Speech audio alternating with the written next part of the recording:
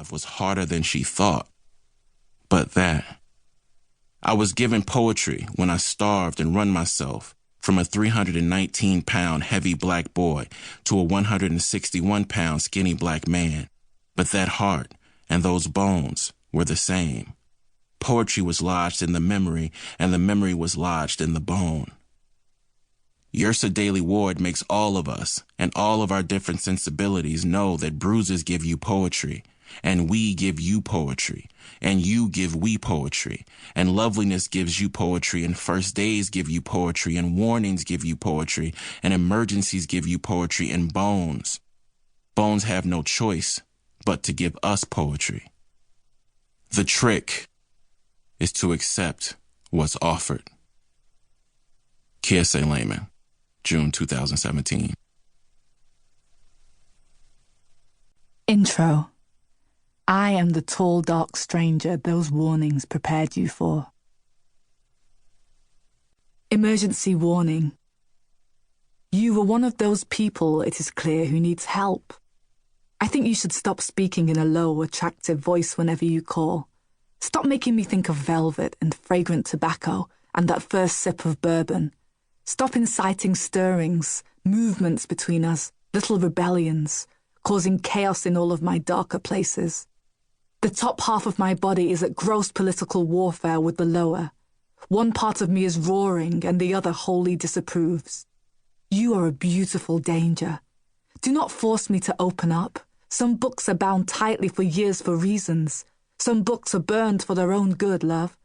Stop wearing clothes the way that you do. Don't allow them to cling to your body like that. Do not follow these effortless fashions where everything looks just so, because really, who could resist such a thing? The Lord knows you are beautiful and unfair. I think perhaps you should spare a thought, dear, for those who are sick over you, burning up with you, damp with you.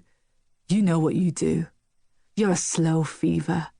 Don't be so very engaging, amusing, or witty or bright. You are causing confusion and jams in tight spaces. You are an accident in waiting, the type of accident with casualties spanning from me to you and here to there, a potential tragedy, a stunning unborn disaster. Should I touch you? I will suffer, and you will suffer, and she will suffer. You are a danger zone. I must not enter. I should not enter, but I might. Liking things. Women who were brought up devout and fearful get stirred like anyone else. Want men, want other women, stink under the arms at the end of the day.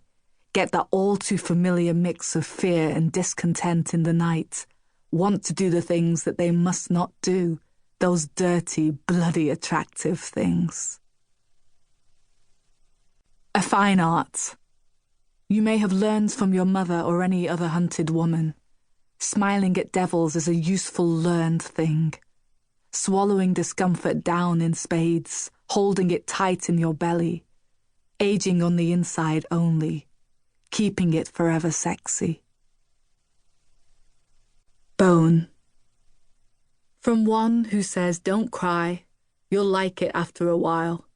And two who tells you thank you after the fact and can't look at your face. To three who pays for your breakfast and a cab home and your mother's rent. To four who says, but you felt so good, I didn't know how to stop. To five who says giving your body is tough, but something you do very well. To six who smells of tobacco and says, come on, I can feel that you love this. To those who feel bad in the morning. Yes, some feel bad in the morning. And sometimes they tell you you want it. And sometimes you think that you do. Thank heavens you're resetting, ever setting, and resetting.